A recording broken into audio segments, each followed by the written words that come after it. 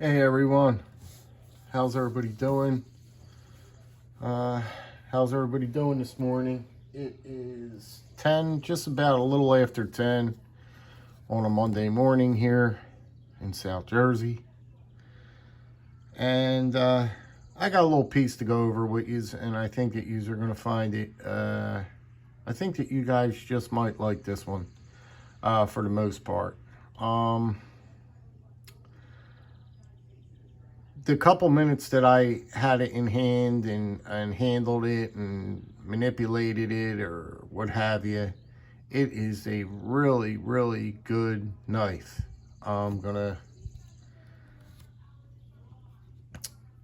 This is the new exclusive that they came out with from Kershaw. And they really stepped it up with this one because they had the culpepper out before, but it was in black G10 scales. And the blade wasn't this shiny. They really went high gloss on this purposely. Now, what I'm going to do is, just for the fun of it and just to be fun, I'm going to really put a shine on this one like no tomorrow, because I've been watching Mr. Barlow's channel, and if you watch his most recent video, he did a patina on the blade. He darkened the blade on this Barlow, this Reserve Barlow. And what he did was he put a high gloss polish on the bolster. And it just looked out of sight. So I went ahead and I put a high gloss finish. I've been using, what's that stuff called? Metal polish. Wait a minute.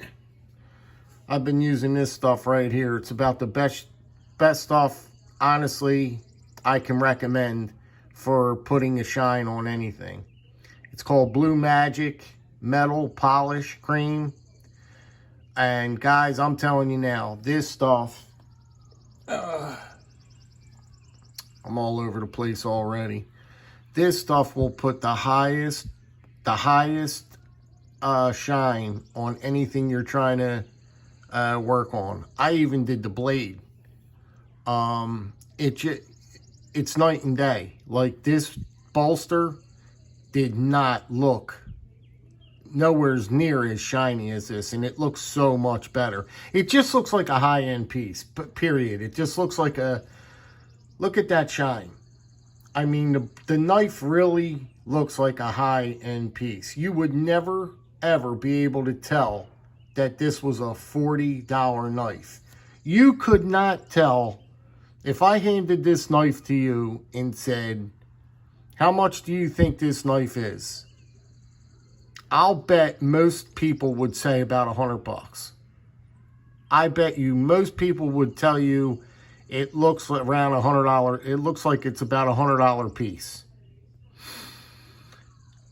And I would think so too. I would really think so too. I would never, ever guess $40 on this knife. Never. But this isn't the knife we're talking about, right? Off on talking about polishes. This is the Kershaw culpepper. And again, this is the exclusive that Blade HQ came out with. They had the culpepper out, and you could still get them in the black G10 scales. But you can't get them with this shine on it, on the blade.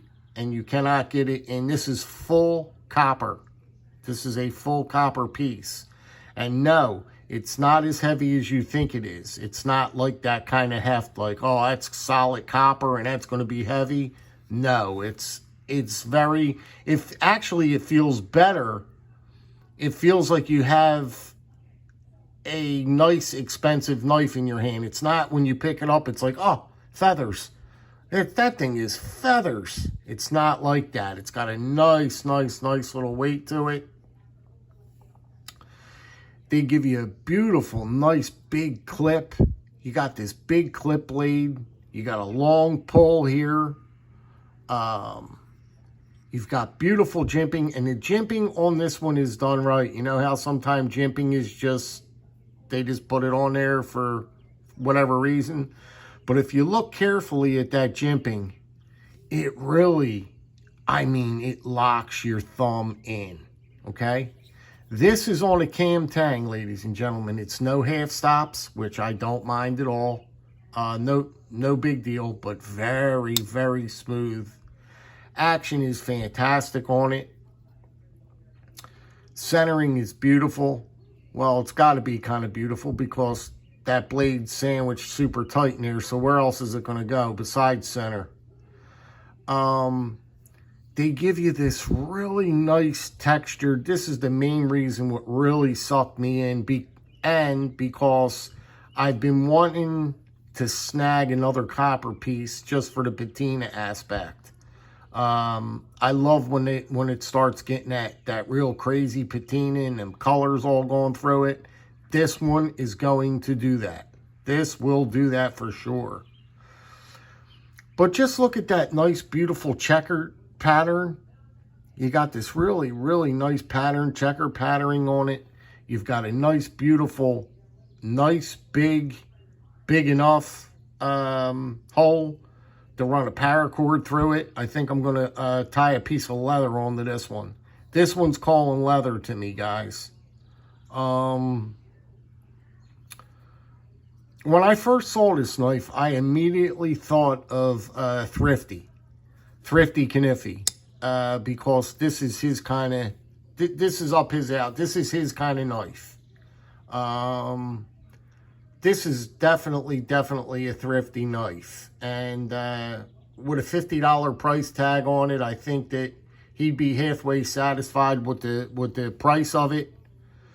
And it's just that clip blade. It's just, and you got a knife, and it's big. I mean, well, big. It's a nice size blade. It really is a nice size blade.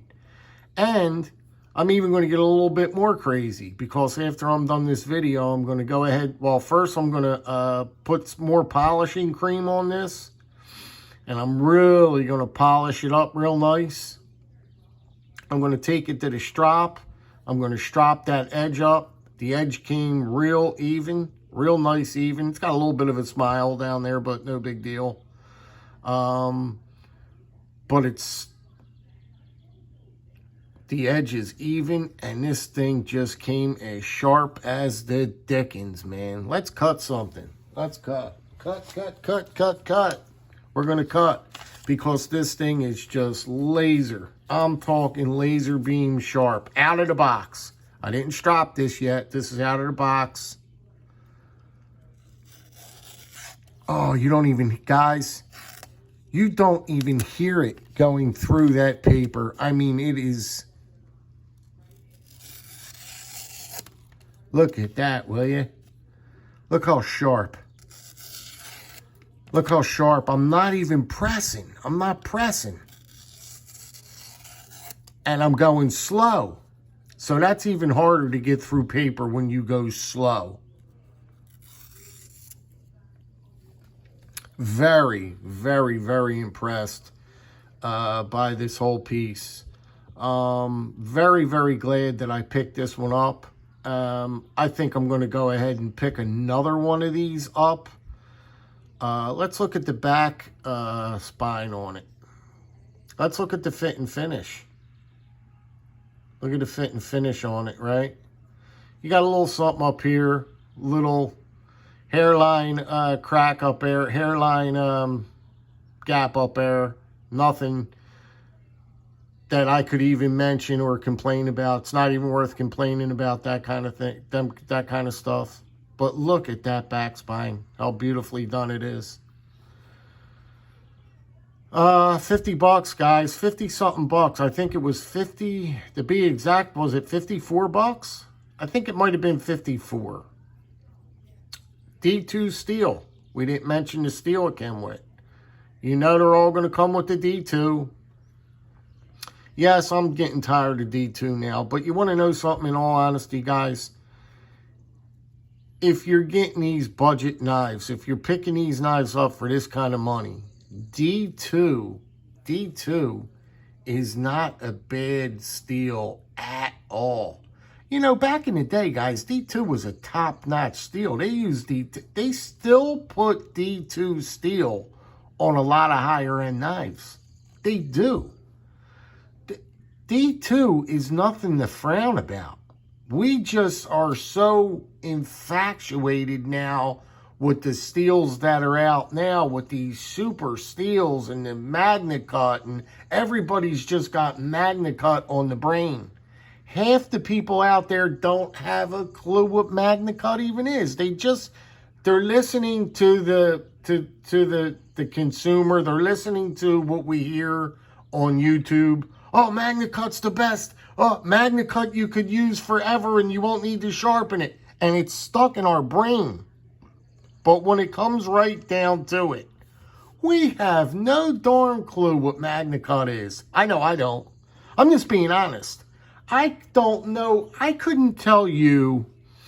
I'm gonna explain something to you guys. And I'm just putting it out there and I'm just being honest. If you put this D2 Kershaw in front of me right now, and you put the same exact identical knife in front of me with Magna Cut in it, and I just did what I did now, and I cut a piece of paper like this, right? Here we go. This one's the D2, so we're doing a test. So I cut the piece of paper, and then I picked up the knife with Magna Cut. This is the one with Magna Cut, and I did a cut with the Magna Cut knife. Do you really think I'm going to be able to tell the difference between Magna Cut and D2? Now, maybe you can. I mean, maybe it'll go through a little differently, but I mean, if they're both sharpened up, if this D2 is sharpened up the way I do it, you're going to have a hard time picking which one is which. I'm just saying you are. Unless, I know you guys are going to say, no way. There is no way ever. I could pick it off in a second and, all this stuff. Okay, I surrender. That's good for you. Good for you. But I'm just saying, not even back in the day, D2 is still being made on higher end knives.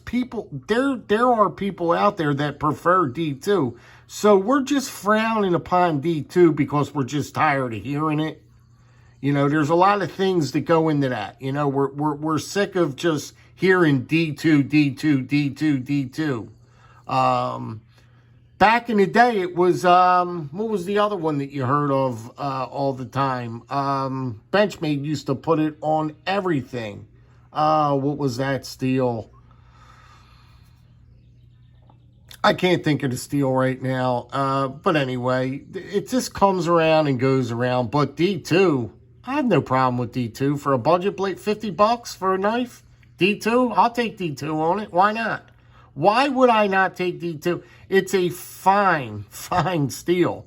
There's nothing wrong with D2. Again, the only reason we're frowning upon D2 steel is because we're tired of hearing it.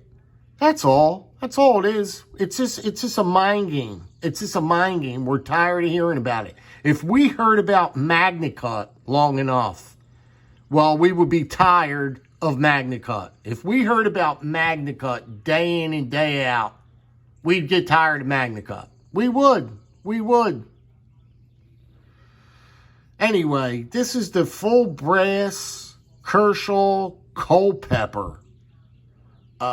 Really nice clip blade.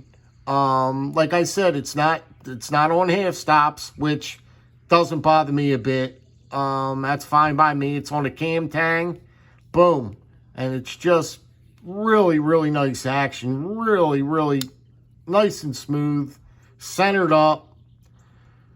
It's just a beautiful, beautiful little carry. And when I saw, I couldn't help it. Plus, I wanted to pick up a piece with copper in it again. I don't have many pieces with copper.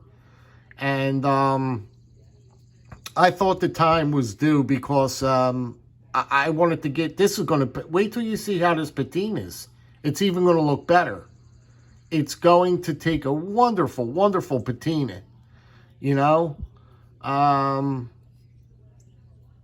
hey, you know, it is what it is. Put this in a nice, beautiful slip.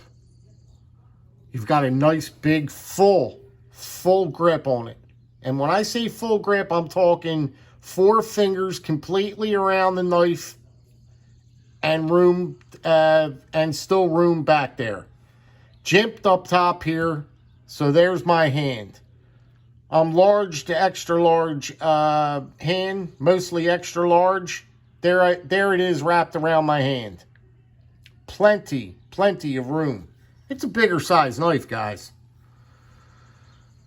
It's not huge, but I tell you what, it's a beautiful, beautiful, beautiful knife. It's a beautiful knife, and this one really gives me the fizz. I'm getting the fizz off this one. And that means I am well satisfied. You know, a lot of knives nowadays don't really impress me. They really, you know, you really got to give me something special to impress me. Now, you may be saying, oh, well, that's not that impressive. But yous are missing it. It's just the way they're giving it to you. They're presenting it. They're giving you a nice shape. A nice, they're giving you this nice sculpting on the scales. You've got that D2 blade. It's nice action, nice snap. Really, really nice clip blade. I mean, $54. I think she's coming in at 54. So, let me know, guys, in the comments. Let me know what you are feeling about this one, because this is pretty new out, and I'd like to get your feedback on this one. I'm real curious on what you feel about this one. The weight, no problem with the weight. You might think it's copper. Feels great. I like a little bit of a heavier knife, and it's really not that heavy. Not heavy at all to me, but I just like it. I like it a lot. I like it quite a bit. So, let me know what you think about that one, guys. That's the new Cold Steel Kershaw culpepper in brass. All right, guys. You guys be good, be well, be safe. And I'll talk to you guys on the next one. And also, in closing, I'm going to try and do a video on how to, I already touched on the grieving process on when you lose a dog, but what I've really been doing, because I am still hurting. It's only been a week, not even, yeah, about a week, and I'm still just, I'm torn up. I'm torn up over my dog. I'm doing everything I can not to show it, to keep pressing forward, but it's very, very hard. It's very, very hard. So we're going to touch on that, and it's important that people know how to go about it when you lose a dog, especially when you're a big dog lover. I'm telling you, man, it'll make you want to commit suicide when you lose that dog and take that dog to the vet. I am telling you now. So you must be prepared. Guys, again, be good, be well, be safe. Let me know what you think of this Kershaw culpepper. I think it is a complete home run. As far as I'm concerned, that's my opinion, and that's the way it goes. You guys take care now. See you on the next one.